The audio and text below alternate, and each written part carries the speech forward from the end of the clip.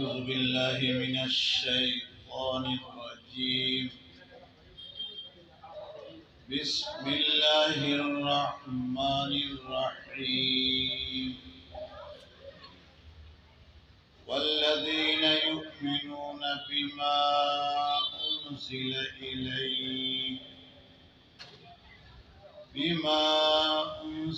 إليك وما أنزل من قبلك وبالآخرة هم يوقنون. صدق الله العظيم. والذين يؤمنون بما أنزل إليك، اور اس کتاب پر یہ لوگ ایمان رکھتے ہیں جو آپ پر اتاری گئی، اور ان کتابوں پر بھی ایمان رکھتے ہیں جو آپ سے پہلے اتاری گئی۔ وَبِالْآخِرَةِ هُمْ يُوقِنُونَ، اور آخرت پر پورا کا پورا یقین رکھتے ہیں۔ سورہ بقرہ پارہ نمبر 1 کی یہ آیت نمبر 4 کی تلاوت اور ترجمہ پیش ہوا ہے۔ اس آیت کی تو تفسیر مفسرین رحمہ اللہ تعالی نے کی ہے۔ پہلی تفسیر شیخ الاسلام علامہ شبیر احمد عثمانی نور اللہ مرقدہ نے یہ کی ہے کہ اوپر کی جو آیت نمبر 3 ہے، الذین یؤمنون بالغیب، یہ وہ لوگ ہیں جو بن دیکھے یقین رکھتے ہیں، نمازوں کی پابندی کرتے ہیں، وَمِمَّا رَزَقْنَاهُمْ يُنْفِقُونَ، اور جو کچھ ہم نے انہیں دے رکھا ہے اس میں سے خرچ کرتے ہیں۔ حضرت شیخ الاسلام رحمۃ اللہ علیہ فرماتے ہیں کہ اس سے مراد اللہ کے وہ بندے ہیں جنہوں نے کفر سے، شرک سے،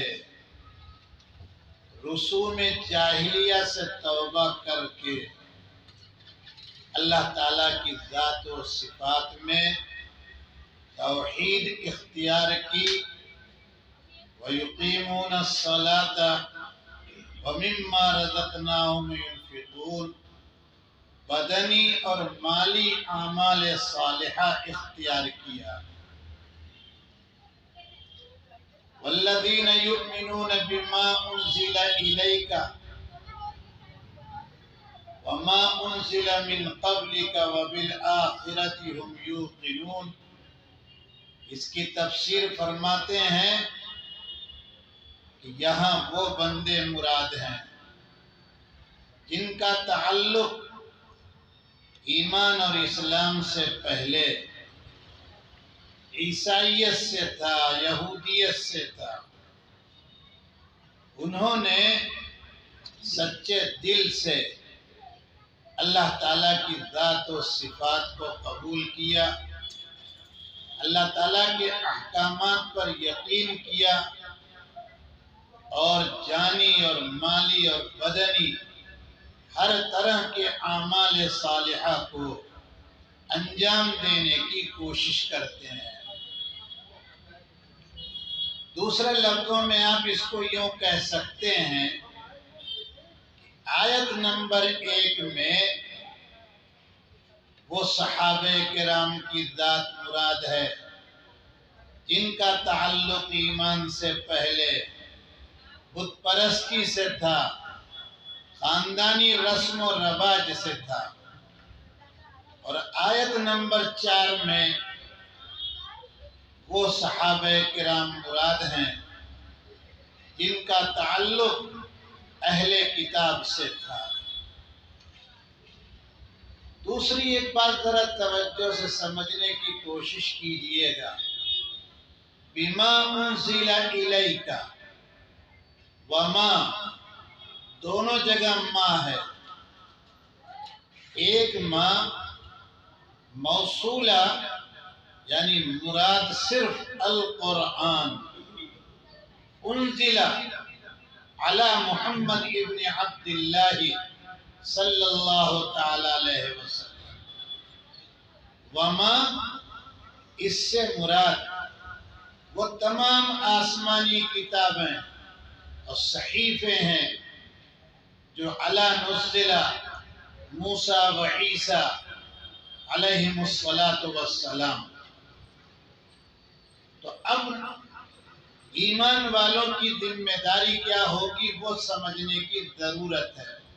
بما انزل الیک یعنی قرآن کریم کی ایک ایک جملے پر، ایک ایک آیت پر، ایک ایک حرف پر تفصیلی ایمان لانا ضروری ہے۔ اسی لیے علماء اور فقہاء اور مفسرین کا اتفاق ہے کہ اگر قرآن میں کوئی استحبابی حکم بیان ہوا ہے، مثلا سورہ نور پارہ نمبر 18 میں اللہ تعالیٰ کھانے کے آداب بیان کر رہے ہیں، اور یہ بھی وہی بیان کیا ہے کہ بہن کا گھر تمہارا گھر، بھائی کا گھر تمہارا گھر، چچا کا گھر تمہارا گھر، تم کسی کے گھر میں جا کے کھاؤ۔ آگے کہا ان تأکلوا جمیعا او اشتاتا، اکٹھے ہو کر کھاؤ، ایک ہی کھنچا اور دسترخوان میں تھالی میں بیٹھ کر کھاؤ، یا الگ الگ پلیٹ لے کے کھاؤ، ایک ہی وقت میں سب الگ الگ پلیٹ میں کھاؤ، یا آگے پیچھے باری باری آؤ جاؤ کھاؤ۔ اللہ تعالیٰ کے ہاں اس کی کوئی پابندی نہیں ہے، لیکن قرآن میں ذکر ہے اگر کوئی مسلمان اس بات کا انکار کر دیتا ہے کہ نہ قرآن میں اکٹھے اور نہ الگ الگ کھانے کا کہیں کوئی ذکر نہیں ہے، علماء مفسرین فقہاء رحمہ اللہ تعالی کا اتفاق ہے کہ یہ بات باعث کفر ہے، کیونکہ قرآن میں یہ بات بیان کی گئی ہے۔ اسی طرح سے مکہ والے رسالت امام صلی اللہ علیہ وسلم پر اعتراض کیا کرتے تھے، یہ کیسے رسول ہیں؟ وَقَالُوا مَا لِهَذَا الرَّسُولِ يَأْكُلُ الطَّعَامَ وَيَمْشِي فِي الْأَسْوَاقِ، کہ آپ بازاروں میں تھیلی لیے گھوما کرتے ہیں، بیوی بچوں کے کچن کے لیے سامان اور سبزی کے خرید و فروخت کرتے ہیں اور کھاتے بھی ہیں۔ پیغمبر تو وہ ہوتا کہ جو ہوا پی کر زندہ رہتا، کھانے پینے کی اسے کوئی ضرورت۔ اللہ تعالیٰ نے جواب دیا ہے وَمَا أَرْسَلْنَاكَ، ہم نے آپ سے پہلے جتنے پیغمبر بھیجے ہیں یَأْكُلُونَ الطَّعَامَ، وہ کھایا بھی کرتے تھے، بازاروں میں خرید و فروخت کی ذمہ داری بھی انجام دیتے تھے۔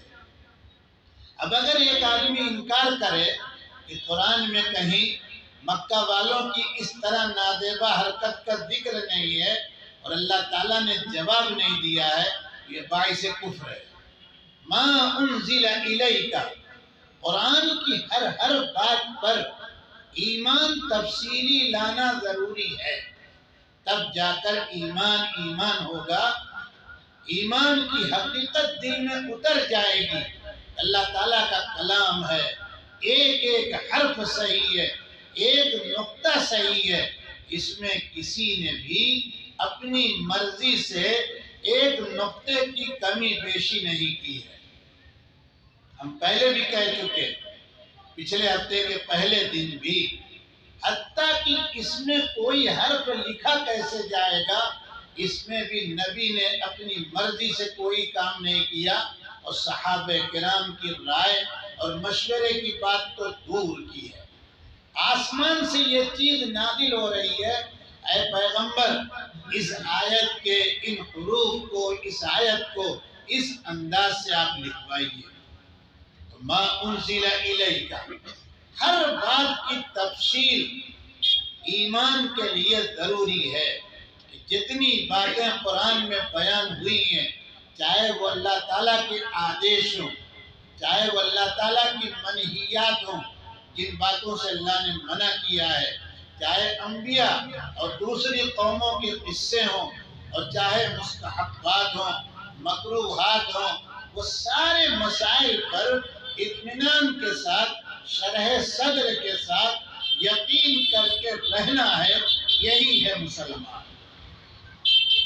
اگر ذرہ برابر تھوڑے سے بہکاوے میں آیا اور کچھ آگے پیچھے کھسکنے لگا کہ قرآن میں یہ حکم نہیں ہے اور ہم اس کو نعوذ باللہ مانتے نہیں ہیں، تو سمجھ جائیے گا وہ بھی بہکا، اوروں کو بھی لے کے چلا جائے گا۔ تو ما انزل الیک وما انزل من قبلک، ذرا توجہ سے سنیے گا، ان کتابوں پر ایمان لانا ہے جو اے پیغمبر آپ سے پہلے نازل کی گئی ہیں۔ مشہور قرآن کے علاوہ 3 کتابیں ہیں، تورات، زبور، انجیل۔ لیکن آج اگر کوئی شخص یہ کہے کہ تورات میں فلاں جرم کی سزا یوں ہے اور یہ آسمانی کتاب ہے، لہذا اس کے مطابق فیصلہ کر لیا جائے، اس میں کیا حرج ہے؟ کہا جائے گا بس ٹھہر جائیے، آگے مت بڑھیے، آپ کے اندر وہ صلاحیت نہیں کہ آپ آگے کھسک جائیں، آپ ٹھہریے۔ کیوں؟ سنیے گا، تفسیر میں یہی بات ہے۔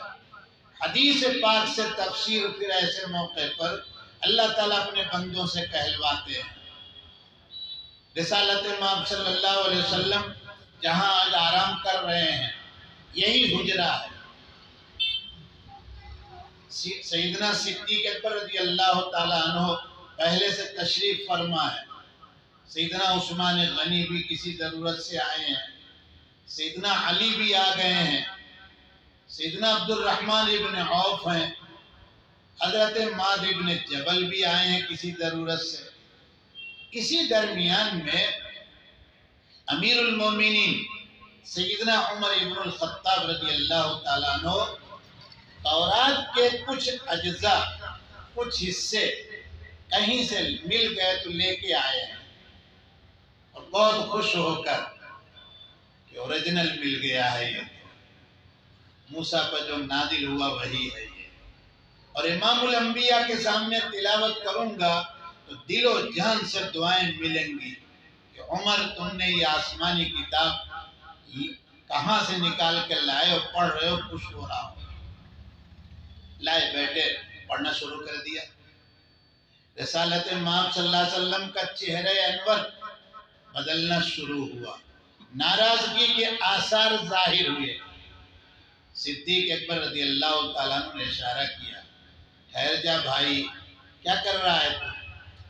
لیکن وہ پڑھتے چلے جا رہے ہیں۔ حضرت صدیق اکبر رضی اللہ تعالیٰ عنہ نے دونوں طرح الفاظ ہے، آہستہ سے منع کیا یا ان کے ہاتھ سے لے لیا۔ اس کے بعد حضور نے فرمایا لو کان حیا موسیٰ، اگر موسیٰ زندہ آج ہوتے تو صرف میری ہی اتباع کرتے، اس کے علاوہ کوئی راستہ نہیں۔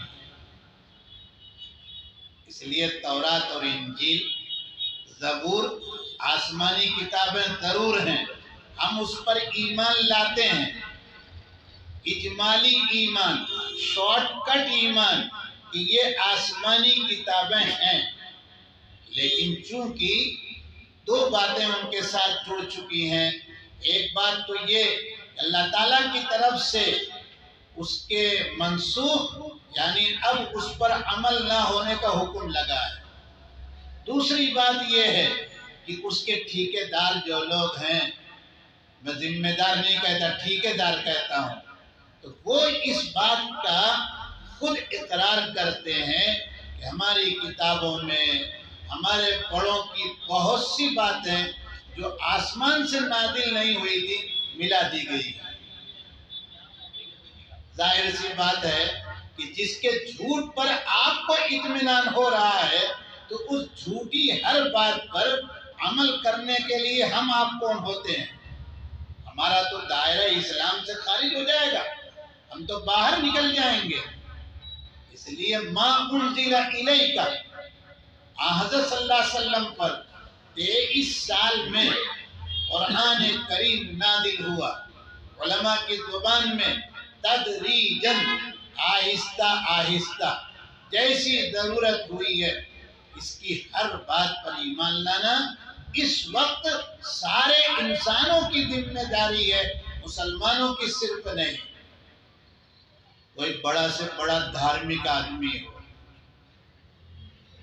بہت بڑے پوپ ہیں، بہت بڑے دھارمک آدمی ہیں، بہت اچھے آدمی ہیں، اسلام کی خوبی کی بہت تعریف کرتے ہیں، سورہ فاتحہ سنسکرت میں، ہندی میں، انگریزی میں، پتہ نہیں کون کون سی زبان میں پڑھتے ہیں، اور سویرے اٹھ جاتے ہیں جب بالکل تہجد کا وقت ہوتا ہے، سورہ فاتحہ خوب پڑھتے ہیں، اتنی درود پڑھتے ہیں، وہ پڑھتے ہیں، لیکن کلمہ حلق سے نہیں اترا اور اس قرآن پر ایمان نہیں لائے۔ یہ مسلمانوں کو دھوکہ دینے کی چال ہے، اس سے مسلمانوں کو خوش ہونے کی کوئی ضرورت نہیں ہے۔ آپ سے تعلق ہے اس لیے میں نے یہاں وعدہ کر لیا۔ سنا دوں آپ کو ایک بات پر بات نکلی ہے۔ ہمارے ہندوستان میں اہل حق کے امام، بہت بڑے اپنے وقت کے محدث حضرت شاہ اسحاق رحمت اللہ علیہ سے ڈائریکٹ حدیث پڑھی، بہت بڑے بزرگ حضرت شاہ فضل الرحمن گنج مراد آبادی۔ یہ گنج مراد آباد اتر پردیش کا ضلع اناؤ کا ایک دیہات ہے، اب تو قصبے کی شکل ہو گئی۔ اسی ملک میں، ملک کی آزادی سے پہلے کی بات ہے، خلافت تحریک چل رہی تھی، سنا ہوگا آپ نے، آج بھی خلافت ہاؤس ہے۔ بات یہ ہوئی کہ یہاں کے عام پبلک پر جس کا زیادہ اثر ہو، خاص طور سے غیر مسلموں پر بھی، غیر مسلم ان کو نیک مانتے ہوں، خلافت کمیٹی کا انہی کو کم سے کم سرپرست بنایا جائے۔ سب کی نظر ایک ہی نام کی طرف گئی، مشورے میں جو لوگ بیٹھے تھے، اور مشورے میں بیٹھنے والے مولانا محمد علی جوہر، مولانا شوکت علی، مولانا ابوالکلام آزاد، حضرت شیخ الاسلام مولانا حسین احمد مدنی، یہ سب تھے۔ ایک ہی نام پر اتفاق ہوا، وہ حضرت شاہ فضل الرحمن گنج مراد آبادی، کہ اگر یہ قبول کر لیں تو پھر اس دیش کی عام جنتا پر خلافت تحریک کا بڑا اچھا مثبت اثر پڑے گا۔ کہا چلو بات کر لیں، اگر راضی ہو جائیں۔ یہ پہنچے، اسی میں ساتھ ہو لیے، سچی بات ہے، کہا خود کہ میں بھی چلوں گا۔ کون؟ جن کا فوٹو نوٹ پہ چھپا ہوا ہے، ان کا بھی نمبر لگ چکا ہے، وہ بھی اب غائب ہو جائیں گے، لیکن بہرحال ابھی بھی ہیں، پہچان لیں آپ۔ تو وہ گئے۔ مولانا محمد علی جوہر خود بیان کرتے ہیں، مولانا عبد المجید صاحب نے مولانا محمد علی جوہر کی خود نوشت، ہسٹری ان کی لکھی ہے۔ مولانا نے کہا بھائی مجھ پر تو مولانا کا بڑا روپ پڑتا ہے، اس لیے میں آگے نہیں رہوں گا۔ مولانا ابوالکلام آزاد نے کہا بھائی میں تو چلوں گا، لیکن بس ایک ذرا کنارے رہے۔ حضرت شیخ الاسلام آگے رہے، عالی نسب، آل رسول، ہمت دی اللہ نے تو آگے بڑھے. یہ صاحب بھی ساتھ میں. حضرت مولانا نے پوچھا کہ آپ کون کون ہو, کہاں سے ہو, کیوں آئے ہو, اپنا اپنا تعارف پیش کیا. تو انہوں نے اپنا تعارف یوں پیش کرایا کہ میں اتنے سویرے اٹھتا ہوں اور سورہ فاتحہ کو 700 سے زیادہ مرتبہ پڑھتا ہوں. توجہ سے سنیے گا بچوں, تم ضرور سننا, تم بہت دیکھتے ہو ویڈیو کلپ, بہت دیکھتے ہو. آج اسلام کے موافق یہ بول رہا ہے, یہ آچاریہ ہے اور یہ فلاں ہے اور یہ فلاں ہے. تم کو زیادہ مخاطب بنا رہا ہوں. اور میں یہ کرتا ہوں, اتنے سویرے اٹھ جاتا ہوں. حضرت شاہ صاحب نے سب سن لیا. سننے کے بعد ذرا زوردار انداز میں کہا, اتنا چھوٹا سے کلمہ ہے, وہ تیری حلق سے نیچے نہیں اترا ہے, اور تو سورہ فاتحہ اتنا پڑھتا ہے, میں ہی تجھ کو ملا ہوں دھوکہ دینے کے لیے. حضرت مولانا محمد علی جوہر کہتے ہیں جب شاہ صاحب ناراض ہوئے تو میں تو پیچھے کھسکا. میں نے کہا نمبر میرا لگے گا. اور یہ حضرات وہاں سے کھسک گئے. خلافت کمیٹی کا سرپرست ان کو ملا. میں نے پڑھاتے ہوئے ہمیشہ کہا اس کو لے جانے کی منحوسیت تھی, ورنہ حضرت شاہ صاحب حضرت شیخ الاسلام کی موجودگی میں, مولانا ابوالکلام آزاد کی موجودگی میں انکار نہیں کر سکتے تھے. لیکن ایک کافر کے ہونے کی بنیاد پر اتنی بڑی نحوست ہوئی کہ شاہ صاحب نے ناراض ہو کر ڈانٹ کے ان کو اپنی خانقاہ سے باہر کر دیا. اس لیے دوستو, اس وقت جو ہے دھوکہ دینے کا وقت ہے. خاص طور سے ہمارے آپ کے پیچھے ہمارے ایمان کو, ہمارے بچوں کو, ہماری بہو بیٹیوں کو ہر طرح لوٹنے کا پورا منظم پلان ہے اور ساری محنت ہو رہی ہے. تو بما انزل الیک کا تفسیر کی بات ہے, اس لیے سبق آگے بڑھائیے. قرآن کی ہر بات پر ایمان لانا کیا ہے, ضروری ہے. مہر کا حکم کہاں؟ قرآن میں. طلاق کا حکم کہاں؟ قرآن میں. نکاح کا حکم کہاں؟ قرآن میں. ملک کا سارا سماج ہمارے خلاف کھڑا ہو کے یہ کہے یہ مسلمان بڑے پاپی ہیں, یہ اپنے چچا کی لڑکی, اپنے ماموں کی لڑکی, اپنے خالہ کی لڑکی سے نکاح کر لیتے ہیں, شادی رچا لیتے ہیں, ہم کہیں گے کریں گے. کیوں؟ قرآن کریم میں ہمیں اجازت ملی ہے. خالہوں کی لڑکیاں, ماموں کی لڑکیاں, چچاؤں کی لڑکیاں, پھوپھیوں کی لڑکیاں, یہ سب ہمارے لیے کیا نام نکاح ان سے درست ہو سکتا ہے.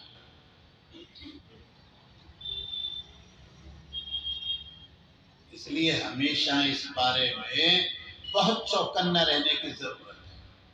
تو دو تفسیر میں عرض کر رہا تھا.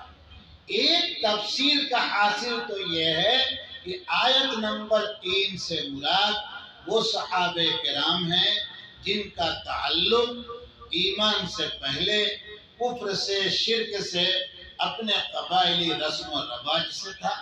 ایمان قبول کر کے وہ صحابہ کے اعلیٰ مقام پر فائز ہوئے. اور آیت نمبر 4 سے وہ صحابہ کرام مراد ہیں جن کا نسبی مذہبی تعلق یہود و نصارہ سے تھا, اور انہوں نے ایمان کو قبول کر کے اور وہ اس درجے پر فائز ہوئے.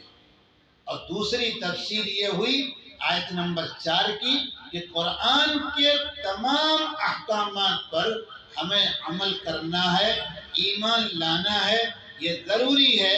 ہم اس کے مستحق کا بھی انکار کر سکتے ہیں. اب اس کے بعد ہوگا کیا, سنیے گا.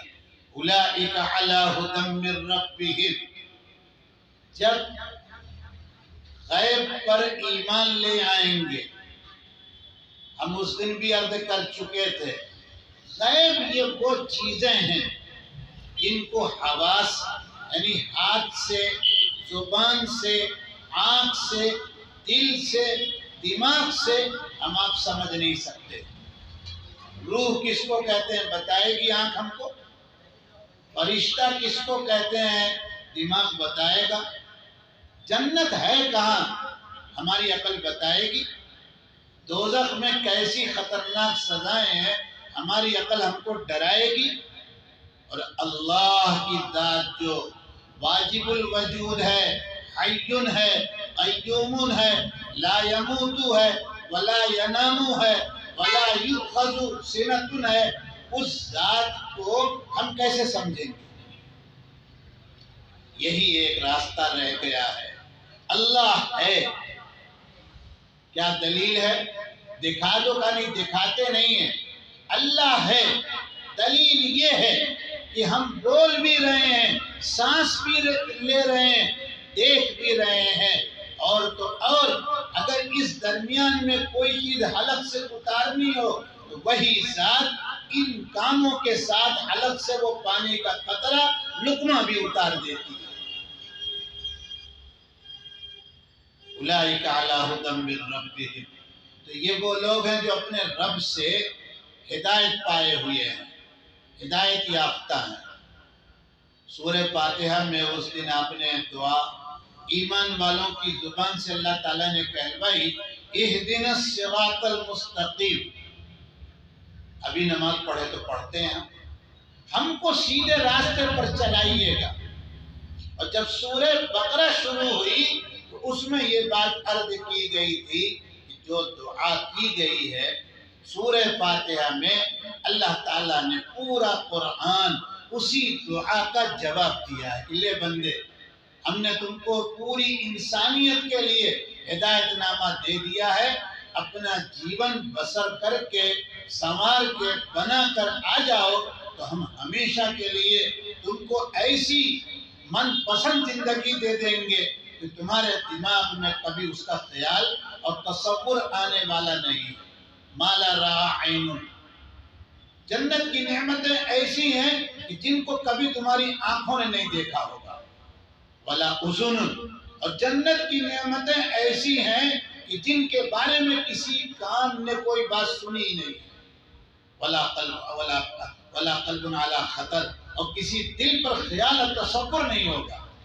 دنیا میں تو ہوتا ہے، میں کینیڈا نہیں گیا لیکن بیٹھا شیخ چلی کی کہانی تو بنا سکتا ہوں، لیکن جنت کو میں کچھ کر سکتا ہوں کہ وہاں 5 دروازے میرے لیے ہوں گے؟ حالانکہ حدیث پاک میں عابدوں صالحین کے لیے بے شمار دروازے، تو پھر کیسے 5 ہوئے؟ اس لیے وہاں عقل کے گھوڑے چل سکتے نہیں۔ تو یہی وہ لوگ ہیں جو ہدایت پائے ہوئے ہیں۔ اس کے بعد کہا کہ جو لوگ ہدایت نامہ پر پوری سچائی کے ساتھ عمل کریں گے، یہی لوگ اولئک ھم المفلحون، پورے کامیاب ہیں۔ ذرا سمجھنے کی بات ہے، فلاح عربی زبان میں اللہ تعالیٰ کا یہ کلام ہے۔ فلاح ہر قسم کی ایسی بھرپور کامیابی ہو جس میں دنیا اور آخرت کی ساری ضرورت پوری ہو جائے۔ یہ سوائے اللہ تعالیٰ کی طرف سے جو کامیابی اپنے بندوں کو ملتی ہے اس کے علاوہ کوئی کامیابی ہوتی نہیں ہے۔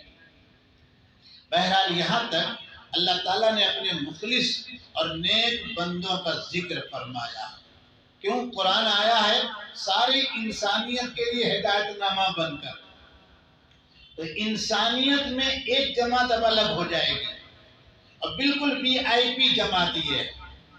یہی وہ جماعت ہے جو ایمان بالغیب رکھتی ہے، یقیمون الصلاۃ ہے، مالی جانی قربانی دیتی ہے، قرآن کے ایک ایک حرف پر ایمان لائے ہوئے ہے، اور آسمانی تمام کتابوں پر، جنت دوزخ آخرت کی ایک ایک بات پر یقین کیے ہوئے ہے۔ تو اولئک علی ھدی من ربہم واولئک ھم المفلحون، یہ VIP لوگ ہیں، یہ اللہ کے نیک بندے لوگ ہیں۔ اس جماعت کے اعلیٰ جماعت جو ہے وہ صحابہ کرام۔ اب دوسری جماعت کا ذکر اللہ تعالیٰ کر رہے ہیں، سنیے گا۔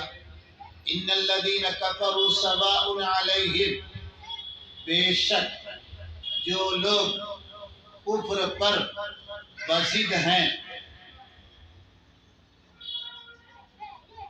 سواء علیہم اانذرتہم ام لم تنذرہم لا یؤمنون، ان کے حق میں یہ برابر ہے کہ آپ انہیں ڈرائیں یا نہ ڈرائیں، وہ ایمان نہیں لائیں گے۔ انسانیت کا سب سے گرا اور تھرڈ کلاس طبقہ یہ ہے۔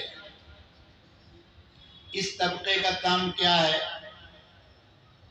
ایک نہیں، دو نہیں، 5 نہیں، 100 نہیں، 1000 نہیں، اس وقت اس کی پوزیشن یہ ہے کہ 300 غیر اللہ کے چکر میں وہ پھنسا ہوا ہے۔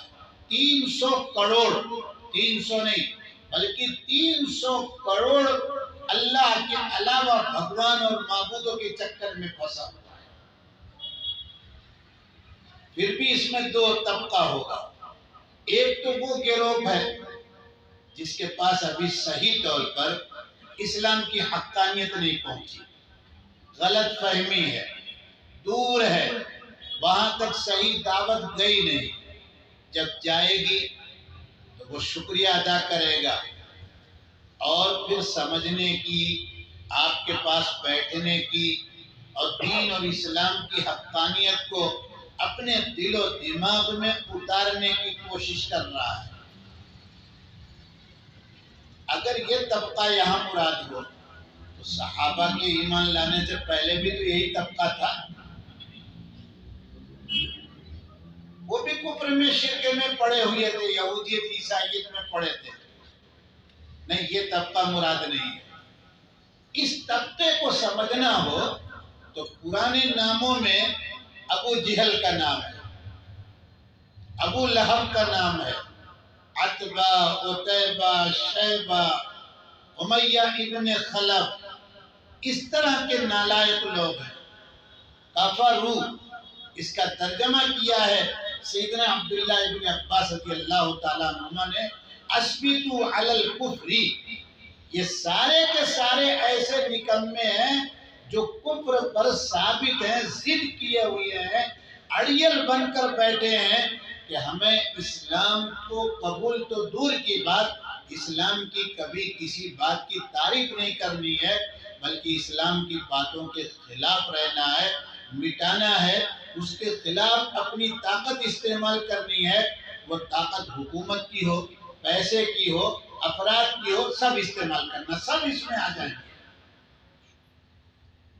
اس لیے اگر کسی ملک میں توجہ سے سنیے گا، گھبرائیے گا نہیں، میری کسی بات سے انشاءاللہ کسی کو ہتھ کڑی نہیں لگنے والی ہے، آپ اطمینان سے سمجھیے۔ اگر کسی ملک کے مجلس عاملہ، قانون ساز ادارہ اسلام اور قرآن کے کسی قانون کے خلاف قانون بنا رہا ہے، اگر آپ سچے مسلمان ہیں تو خاموشی کے ساتھ اپنے رب سے یہ دعا کریں گے، یا اللہ جب بزدل آپ نے بنایا، مقابلہ کرنے کی طاقت ہمت نہیں دی ہے، تو ایسے کالے قانون سے پہلے اٹھا لیے ہوتے آپ۔ یہ قانون صرف اسلام کی دشمنی میں بن رہا ہے۔ اثبتوا علی الکفر، یہ اسلام کے مقابل میں اڑیل بن کے ہیں، ضد پر اڑے ہوئے ہیں، باقی کوئی مطلب کسی کا کوئی بھلا کرنے والا نہیں ہے۔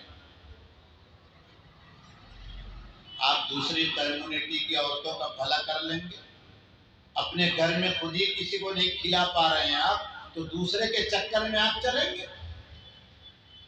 یہ پورا ایک جال ہے ابلیس کا، پوری دنیا میں یہی جال چلتا ہے۔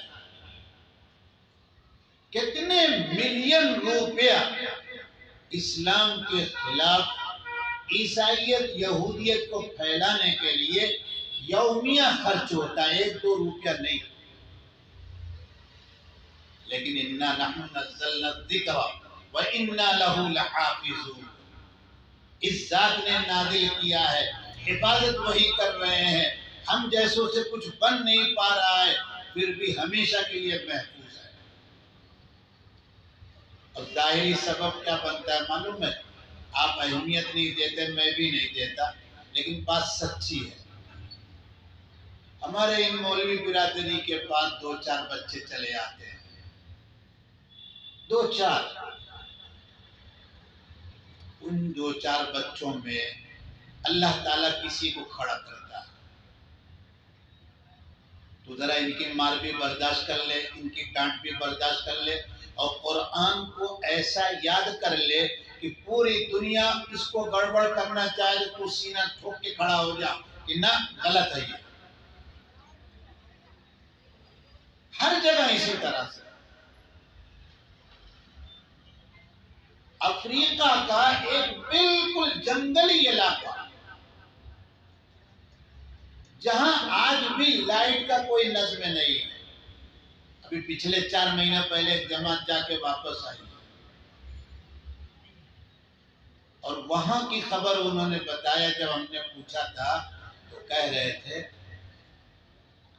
سعودی کا، عربوں کا سب سے بڑا ایوارڈ فیصل ایوارڈ، کئی لاکھ روپے اس کی رقم ہوتی ہے. تو انہوں نے کہا کہ اس قاری کے گھر جا کر ہم ملاقات کر کے آئے ہیں، جو قاری ابھی پچھلے سال فیصل ایوارڈ لے کے آیا، ایک آنکھ کا اندھا اور بالکل شکل ایسی کہ دیکھ کر آدمی اس کی طرف مائل بالکل نہ ہو. لیکن جب قرآن وہ پڑھتا ہے، کہا 5 دن ہم اس کے مسجد میں رہے، اور جب فجر کی نماز وہ پڑھاتے تھے تو پوری مسجد چیخ اٹھتی تھی سلام پھیرنے سے پہلے پہلے. اور 70-80 یعنی 80 اور 70 کے بیچ میں اس وقت اس کی عمر بندے خدا. اسی طرح سے اللہ تعالیٰ کھڑا کر رہا ہے. آپ ہم اس پر یقین کریں یا نہ کریں، نہیں سمجھ رہے ہیں. تو بہرحال عرض یہ کر رہا تھا کہ یہ آیت جو ہے انسانیت کا سب سے جو گرا طبقہ ہے، جو اسلام کے مقابل پر ضد پر آ کے کھڑا ہے. ابو جہل سے کیا پوچھا گیا تھا، آج تک وہ لفظ موجود ہے حدیث پاک میں. اسی طرح کے سارے لوگ آج موجود ہیں، خالی نام بدلا ہے بس. کہ کیا یہ جھوٹ بولتے ہیں کیا؟ حضور کی طرف اشارہ کر کے پوچھنے والے نے پوچھا تھا، ابو جہل کی ہمت نہیں پڑی. اس نے کہا نہیں، سچ بول رہے ہیں، جو کچھ کہہ رہے ہیں سب سچ ہے. تو کہا کہ پھر ایمان لے آؤ نا. تو کیا کہا معلوم ہے؟ ایمان نہیں لائیں گے، کیونکہ اگر ایمان ہم لائے تو ہماری ناک کٹ جائے گی. ان کے خاندان میں، ہمارے خاندان میں ہمیشہ یوں چلتا ہے، کوئی اچھا کام انہوں نے کیا تو ہمارے یہاں بھی اچھا کام ہونا چاہیے. اب نبوت کا اعلان تو بنو ہاشم نے کر دیا، اب ہمارے یہاں کون نبی پیدا ہوگا؟ تو کافر کا اس کا آسان راستہ ہے، ہم ہمیشہ جب تک مریں گے نہیں ٹکر لیتے رہیں گے. اسی طرح کی شرارتی سب ہیں. میں نے اس لیے اشارہ کیا ہے کہ میرے دوستوں، آپ اور آپ کے اور میرے بچے ان چیزوں میں الجھے نہیں، اپنی تعمیر کریں، قرآن سے لگاؤ پیدا کریں، علم کے میدان میں پڑھیں، تو جا کر اللہ تعالیٰ ہم کو سرخرو کریں گے. تو یہ سب سے گرا طبقہ ہے. لیکن یہاں ایک بات اور سمجھ لیں، بس بات پوری کر دیتا ہوں. آپ ڈرائیں یا نہ ڈرائیں یہ ایمان لانے والے تو ٹھیک ہے، دعوت کا اثر ان پر نہیں پڑ رہا ہے نا. پتھر سے بھی زیادہ گئے گزرے ہیں، کیونکہ پتھر کی تو اللہ تعالیٰ تعریف کرتے ہیں پہلے پارے میں. بعض پتھر ایسے ہیں کہ اس سے نہریں بہہ جاتی ہیں، بعض پتھر ایسے ہیں کہ ان سے پانی نکلتا ہے، بعض پتھر ایسے ہیں کہ من خشیت اللہ کے ڈر سے اوپر سے نیچے چلا آتا ہے. لیکن یہ تو پتھر سے بھی زیادہ سخت ہے. بات ٹھیک ہے. ان کے حق میں تو یہ بات برابر ہے کہ چاہے پیغمبر، چاہے صحابی، چاہے اپنے وقت کا تابعی ولی ایک نہیں 100 مرتبہ دعوت لے کے جائے، یہ قبول نہیں کریں گے. لیکن دعوت دینے والے کے بارے میں کیا حکم ہے؟ وہ کہے گا اب کہ چھوڑو یار کیا جائیں گے، تم مانتا ہی نہیں، گھر بیٹھو۔ نہیں، اگر اللہ کی طرف سے اجر و ثواب لینا ہے، آقا مولا صلی اللہ علیہ وسلم کی سنت پر عمل کر کے دعوت دینی ہے، آپ کو اتنی مرتبہ جانا ہے کہ جتنی مرتبہ گنتی میں آپ کے نہ آئے، آپ بار بار جائیے اور ہر مرتبہ آپ کو اللہ تعالیٰ اجر و ثواب سے نوازے گے۔ اللہ تعالیٰ ہم کو اور آپ کو اپنے کلام سے سمجھنے کی اور تعلق رکھنے کی توفیق عطا فرمائے۔ انشاءاللہ باقی کل دعا کر لیجئے۔ ربنا تقبل منا انك انت السميع العليم وتب علينا انك انت التواب الرحيم سبحان ربك رب العزة عما يصفون والسلام على المرسلين والحمد لله